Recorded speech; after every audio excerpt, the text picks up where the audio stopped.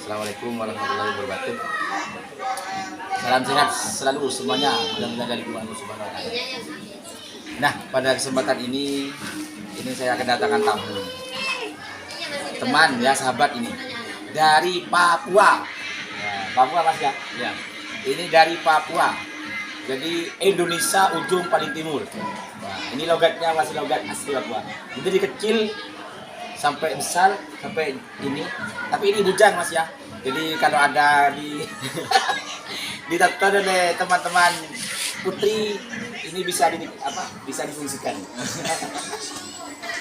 Dari Papua ini, dari kecil sampai besar hidupnya di Papua. Ganggu ini. Potong dikit lah. Diberhentikan bang? Enggak lanjut. Hah? Lanjut dipotong nanti dah. Oh paus. Enggak paus. Lanjut.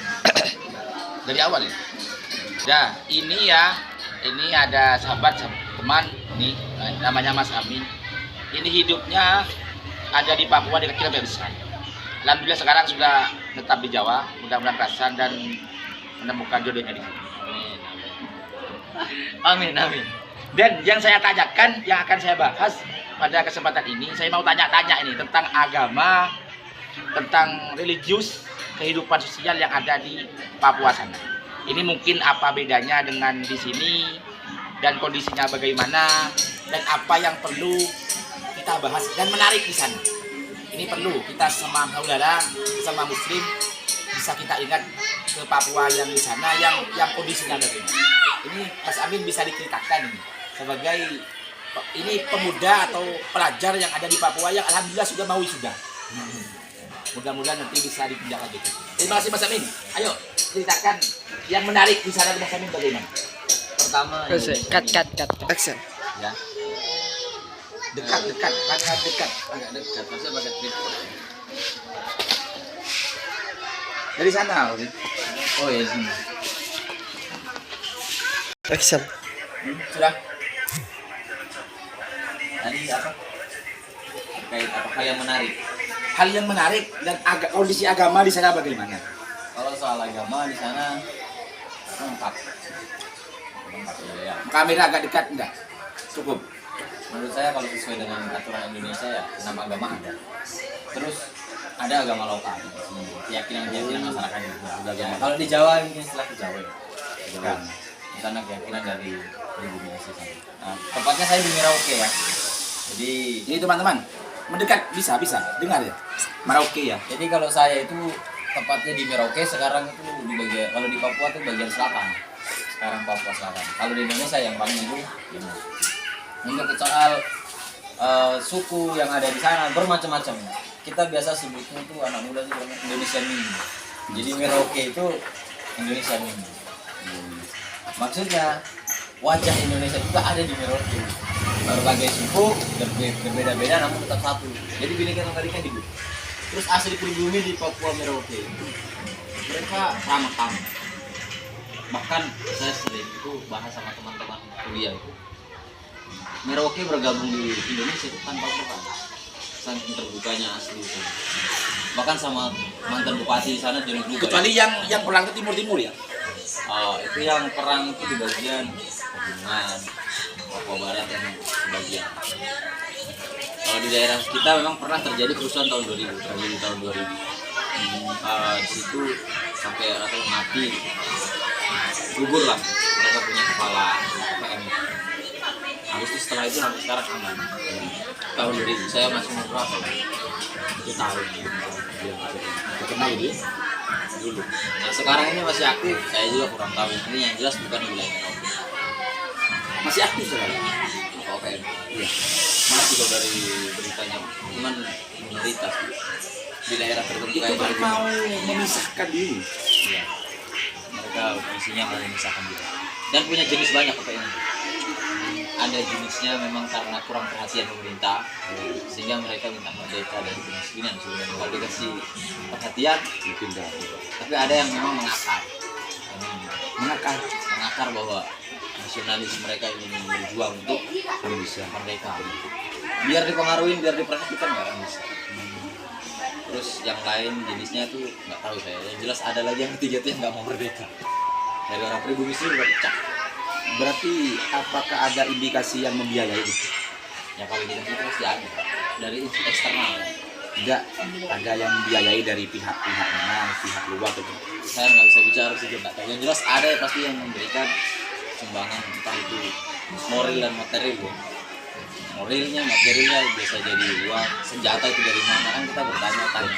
Tapi saya nggak sampai sejauh itu, kan ada tugasnya pertahanan dan keamanan. Biasanya kita cuma melihat indikasinya ada. Terus kalau apa lagi ya, kehidupan di sana itu ya sebenarnya kalau wilayah kota udah sama kayak di Jawa. Sama pendidikan, dunia pendidikan juga. Terus udah sama. nah, kalau masalah agama ya yang saya tanyakan, kalau Ahlus Sunnah wal Jamaah NU yang berafiliasi Ahlus Sunnah wal Jamaah Muhammadiyah apa gitu. Oh iya, di sana NU nomor 1. Kalau untuk Islam sendiri NU itu masih mayoritas ya. Terus Muhammadiyah kedua untuk di Islam ini. Kalau untuk aliran-aliran lain saya kurang tahu, makanya kadang-kadang saya juga nggak terlalu pusing dengan hal itu, yang penting kan Islam gitu. Mungkin kita saudara udah, karena di sana sendiri kadang berbeda agama aja nggak masalah gitu. Makin pluralis. Jadi luar biasa ya, di sana itu tidak banyak perbedaan.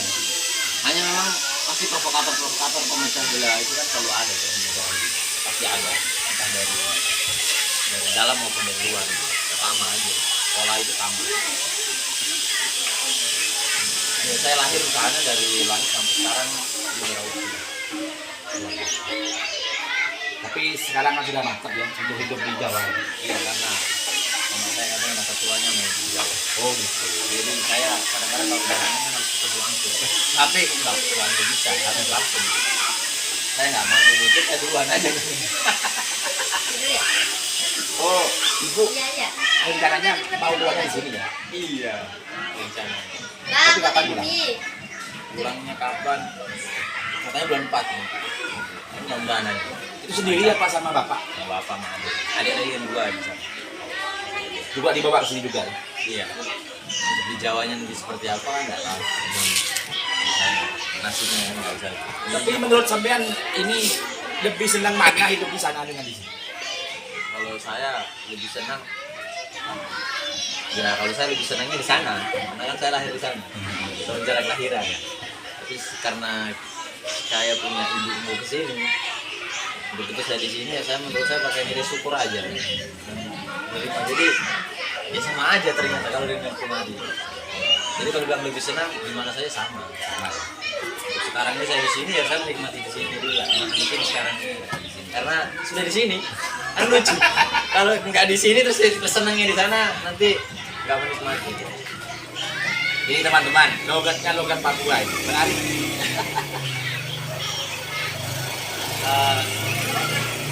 Saya dari kecil itu kalau Islam saya bilang NU. Walaupun sempat sekolah di India. Saya SMP ada di India. Berarti menarik lah, cerita hidup sampean menarik ya. Ya gitu. Yang pasti ini belum anu ya. Belum ngaji dulu ya. Belum. Kenapa Mas? Kapan rencananya? Saya punya niat jodoh ini baru usia 24 ini. Sekarang umur? Kemarin dari usia 24 sudah punya niat tekad dulu. Sekarang udah pernah. Sekarang udah jadi. Boh. Boh. Bisa tahun kemarin tapi ya belum ketemu lah. Belum ditakdirkan itu. Usaha sudah, tapi mungkin belum sungguh-sungguh gitu. Apa kerepotan dalam bidang itu? Kadang-kadang terlalu banyak pikiran gitu. Terlalu banyak pertimbangan kalau ketemu apa kayak ini. Sudah gak usah. Tapi kalau soal yakin, jangan terlalu banyak anu. yang bingung itu kita bingung ini mana nih antara sekian banyak perempuan yang mana sebenarnya. Betul, saya pasti yakin kan sudah disiapkan. Ini Nah, saya berikan tip Mas Amin ya tentang tip ini tentang masalah calon ya, jodoh ya. Misalnya kalau jodoh itu memang semuanya urusan Allah Subhanahu wa taala. Cuma kita sebagai manusia biasa, hamba Allah yang baik, tetap kita harus memilih, menentukan. dan mensegerakan. Dan segerakan.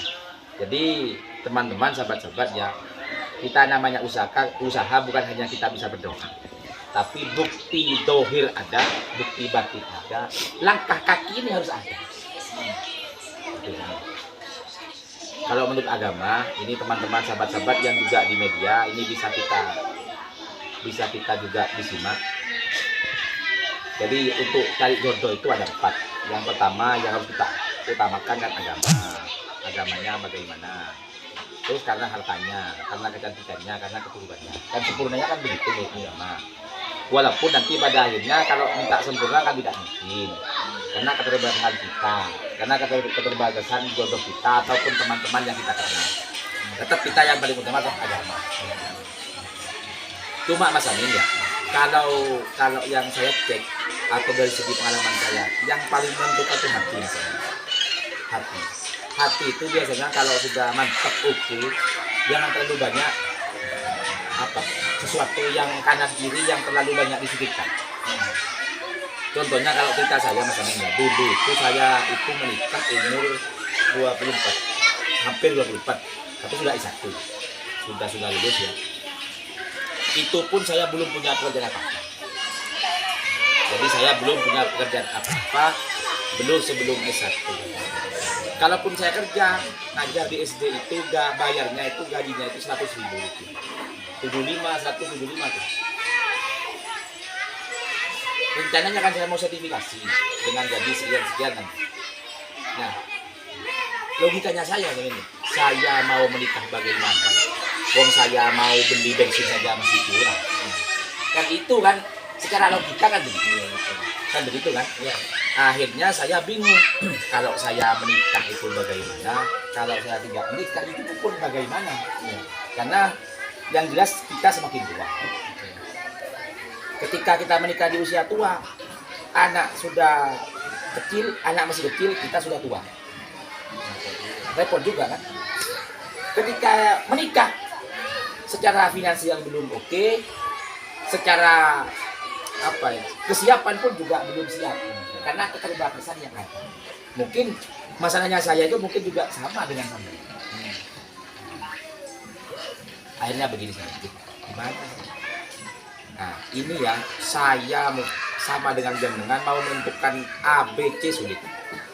Akhirnya bagaimana saya? Saya, keegoisan saya itu memang saya sedikit kurang. Karena saya kalau namanya laki-laki kan, pasti ingin yang terbaik lah. Yang ininya oke, yang ini kuat, kan pasti gini, yang mantap, yang oke. Jadi kalau menurut saya pilih yang paling mantap dalam hati itu sebenarnya tidak. Kenapa? Itu hati. Ini urusan apa? Hati yang semu. Hati yang semu. Melamun yang tidak ada ujungnya. Mimpi yang tidak ada batasnya. Itu. Setuju saya. Soalnya begini Mas Amin.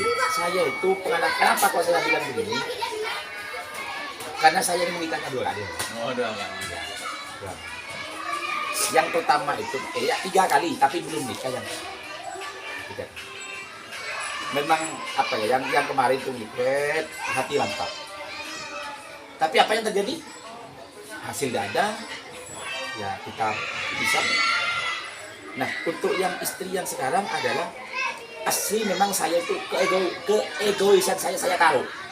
Tidak ikut-ikut kan apa yang saya mau berusaha. Saya taruh di belakang. Langkahnya yang penting sesuai dengan agama, ini yang menentukan orang lain. Saya pasrah ke orang lain. Kenapa? Kekecewaan saya yang terlalu besar ke kejadian yang lain. Akhirnya saya pasrah kepada orang tua, pasrah kepada keluarga ini.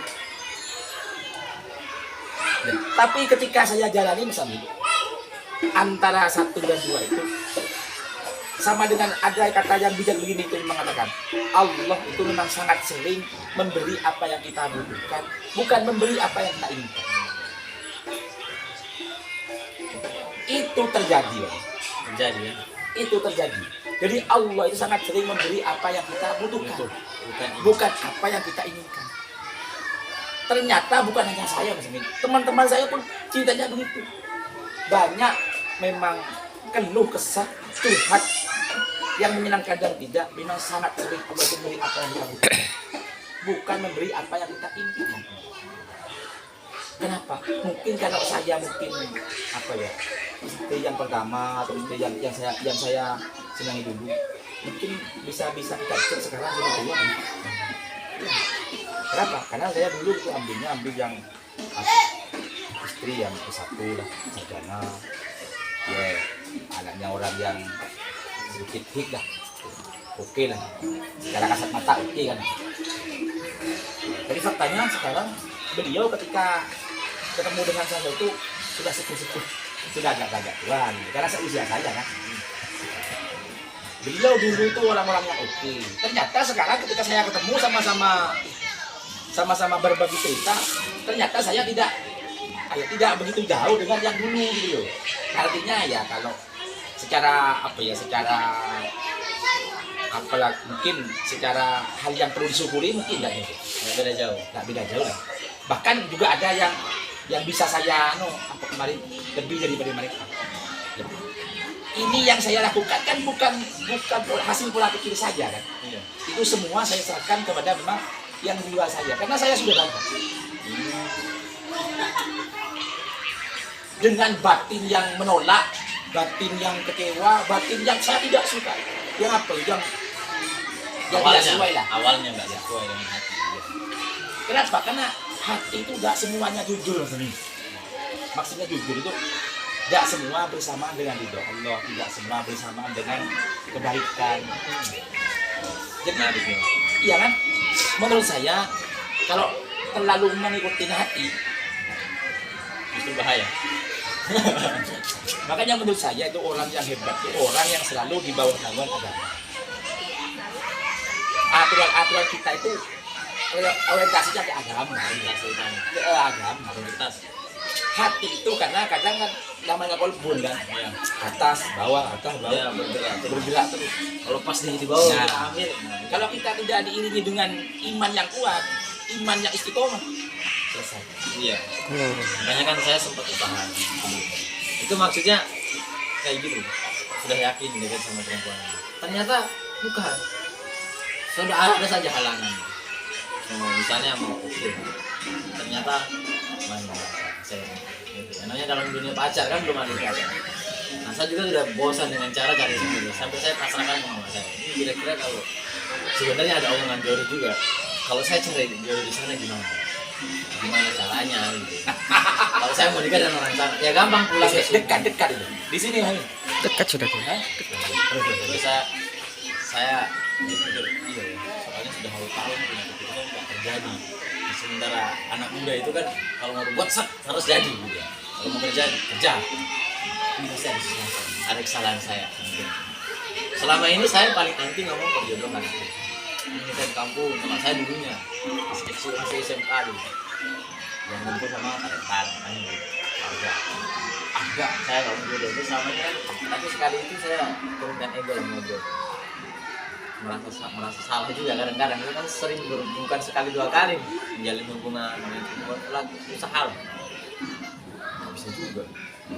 Akhirnya saya coba tanya, terus masa tuanya apa, gimana, yang mau pulang ke Jawa mau pulang.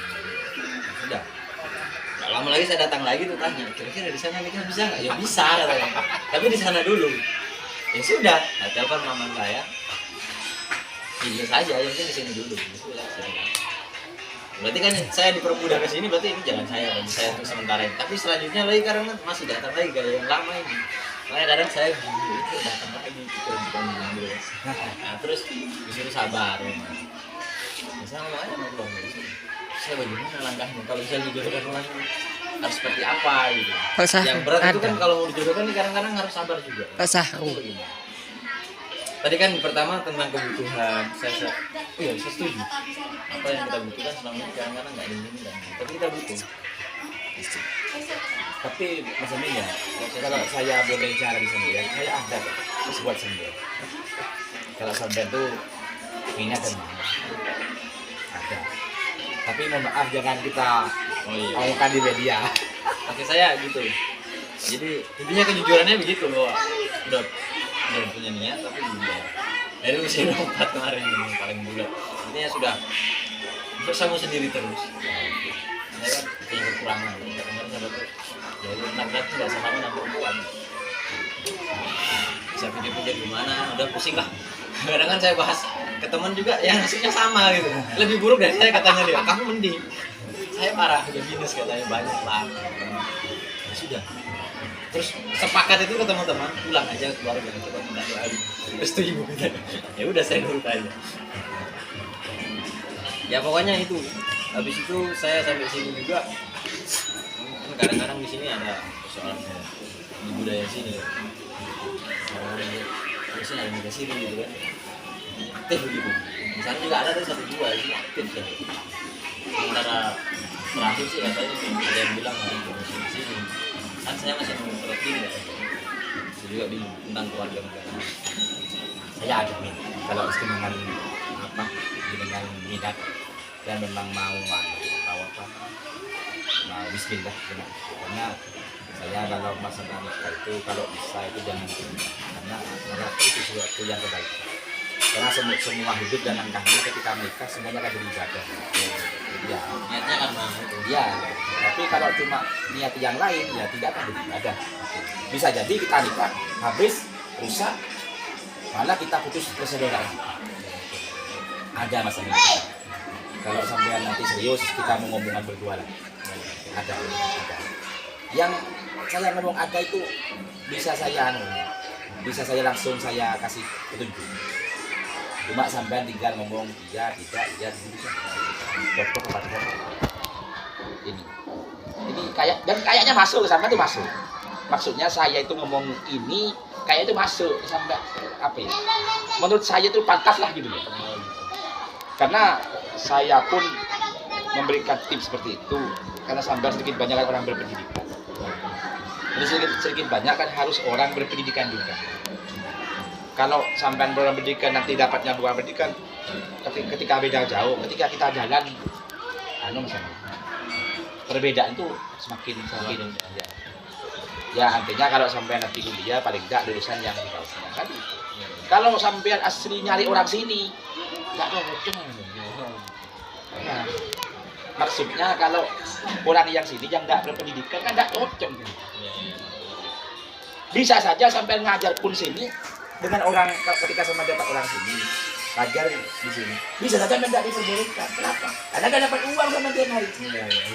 Logikanya nggak nyambung. Logikanya nggak nyambung. Maksud saya minimal menyeimbangkan. Kalau soal tadi yang utama agama, ya kan kalau benar-benar menjiwai nilai agama pasti kan kita makan Allah Tuhan. Memang apa-apa kita hubungan ke tadi syahadat. Betul. Logikanya nggak nyambung.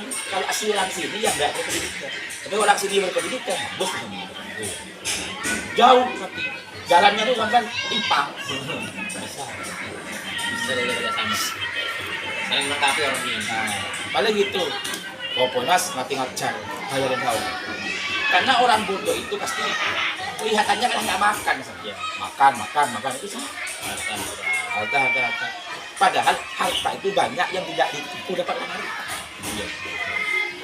Kita masuk saya ini hidupnya dari mana tidak tahu. Saya sering curhat sama nenek soal saya ngajar di sini jadi guru bantu gitu. Itu nenek nggak pernah nanya soal itu jalankan, malah diingatkan harus seperti cuman ya kadang-kadang saya tidak tahu itu kadang-kadang bangunnya kesiangan bukan bangunnya siang udah habis subuh nih duduk sebenarnya kadang nggak tidur Pak, 12 kadang jam 8 kadang nggak mau enggak, soalnya walaupun ngajar seperti ini tapi apa ya kalau kita ikhlas gini aku nggak pernah tidur gitu loh. kalau saya kan nggak mikir Ya apa pengabdian ya masa pengabdian itu sangat didengar dan pasti ada jalan. Pokoknya yang paling utama manusia itu cuma satu benar. Dua, ikuti kita langkah kita sesuai dengan syariat Islam. Yakin saya Allah tidak pernah tidur, tahu kepada hambanya yang bingung, hambanya yang ini tahu paham. Saya sebentar lagi kan mau perbaiki madrasah. Apa besok atau apa ini sebenarnya sudah jalan ya. Sekarang spesial pun tidak punya. Tapi keyakinan saya apa? Kalau saya nunggu uang, kalau sampai jatuh kena anak-anak, gitu kan? ya. Akhirnya bagaimana? Sudahlah, saya urusan rezeki urusan Allah. Yang penting saya benar istiqomah apa yang saya lakukan, tapi tetap ada usaha. Itu sudah ini. Ya, ya. Sama dengan hidupnya sampean, mati sampean. Kan tidak urusannya sampai ya.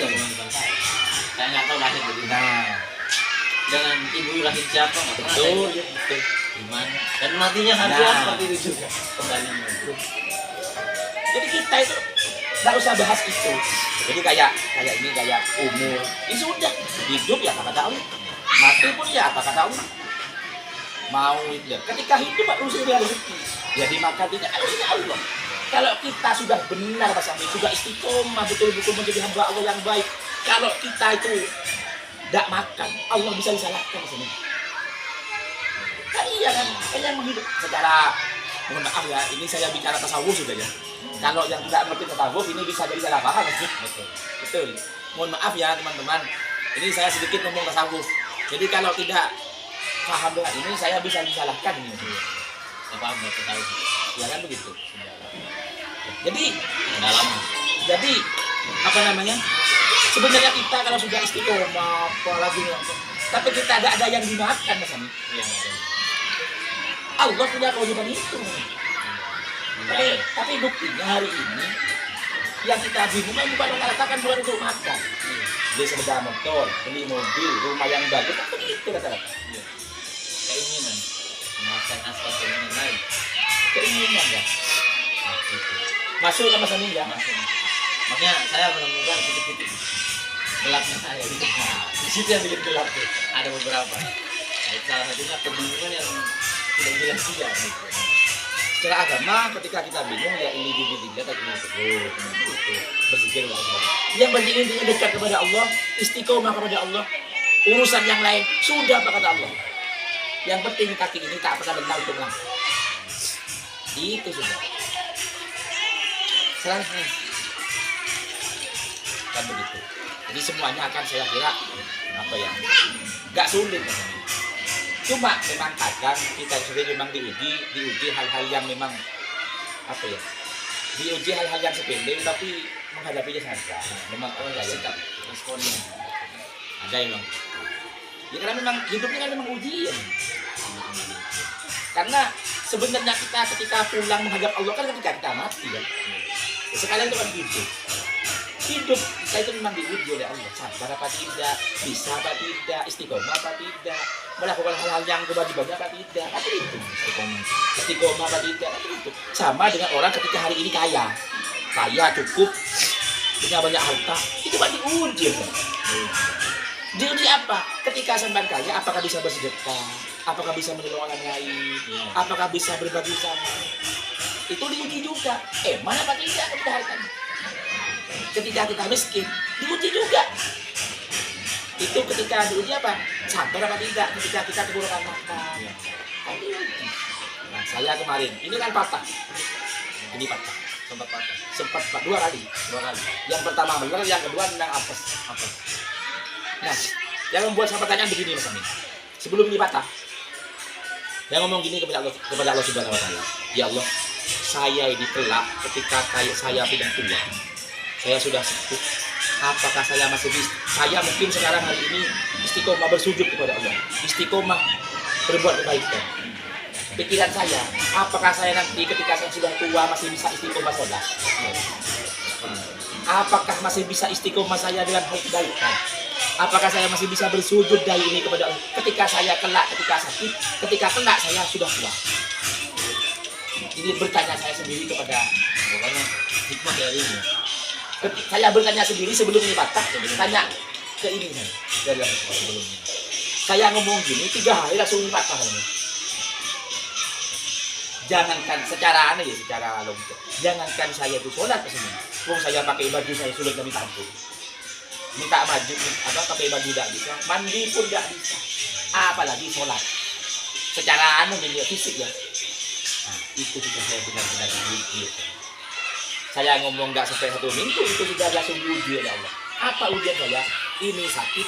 Apakah hamba yang bernama Zainul ini apakah masih bisa sholat ketika sedang sakit? Kan begitu kan? Ya, betul. Sungguh-sungguh. Sungguh-sungguh. Nah, itu Mas Amin, pelajaran saya dari patah. Tapi alhamdulillah saya bisa sholat, walaupun dengan cara tidak seperti orang sholat seperti biasanya. Ada yang kadang begini. Bahkan saking wajibnya sholat kan ketika apa ya? Ketika tidak bisa berdiri kan duduk, tidak bisa duduk kan tidur. Itu saking sholat apa wajibnya kita sholat. Jadi hidup ini ujian. Hidup ini ujian. Kalau mati itu bukan ujian sudah. Selesai. Lulus. Nah, apakah dapat poin? Apakah dapat bonus? Apakah dapat piala? Apakah dapat predikat A, B, C? Kan itu terserah. Masuk kalau ini masuk. Jelas. Sama dengan sekarang kan ujian kan. Kalau ketika ujian kan belajar. Sekarang selesai ujian selesai. Kan. Jadi sebenarnya orang mati itu sebenarnya nggak usah ditangisi. Di sini kan ketika orang mati kan ditangisi. Banyak. Di mana saja itu. Padahal yang menangis itu kata-kata matinya pun lebih susah daripada wah ya.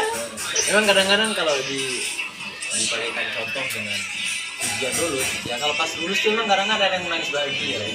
Biasa, yes lulus. Tapi rata-rata kalau orang mati bukan Tapi kalau mati, rata-rata menangis bahagia. Saya dipenjara dia. Padahal yang menangis itu betul hidupnya itu sama dengan yang mati. Dan yang bisa jadi saya pernah juga menangis gitu. Ya, lagi teman dekat. Tapi sebenarnya poinnya kita juga harus belajar gitu. Ya, itu poinnya. Selalu saya lihat Kalau saya sebenarnya kalau jerawat dengan teman kita, dia biasanya lebih ke saya sendiri. Poinnya lebih sendiri. Kalau orang itu artinya mati, ada yang menyolati di tempat-tempat ini. Kita kelak nggak tahu. Nah, Itu. Alhamdulillah. jadi hidup ini memang hidup ini sementara, Sonin. Dan ini titipan semua.